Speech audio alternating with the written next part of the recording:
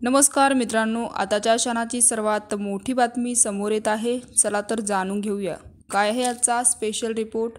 सविस्तर बातमी जाणून घेण्यापूर्वी आपण चॅनलवरती नवीन असाल तर चॅनलला सबस्क्राइब करा आणि बेल आयकॉन प्रेस करायला विसरू नका।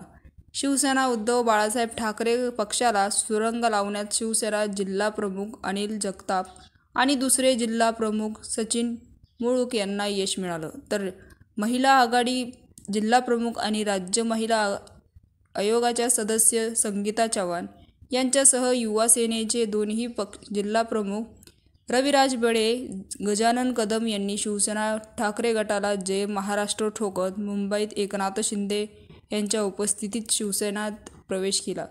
गेल्या आठवड्यात संगीता चव्हाण यांनी अनिल जगताप आणि सचिन मुळूक यांच्या उपस्थितीत पत्रकार परिषद घेत शिवसेनेच्या उपनेत्या सुषमा अंधारे यांच्यावर टीका केली आणि गंभीर आरोपसुद्धा केला। यानंतर त्यांनी मुंबईत एकनाथ शिंदे यांच्यासह शिवसेना जिल्हा प्रमुख अनिल जगताप आणि सचिन मुळूक यांच्या नेतृत्वाखाली शिवसेनेत प्रवेश केला।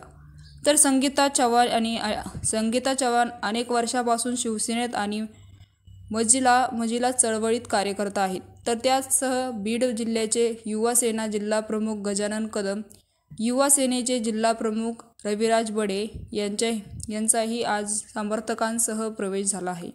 तर पक्षप्रवेशावेळी पक्षाला ऊर्जा देणारे आहे, तर अशी भावना एकनाथ शिंदे यांनी पक्षप्रवेशावेळीच केली। तर या पक्षप्रवेशासाठी वाहनांचा ताफा कालच्या मुंबईमध्ये रवाना झाला होता।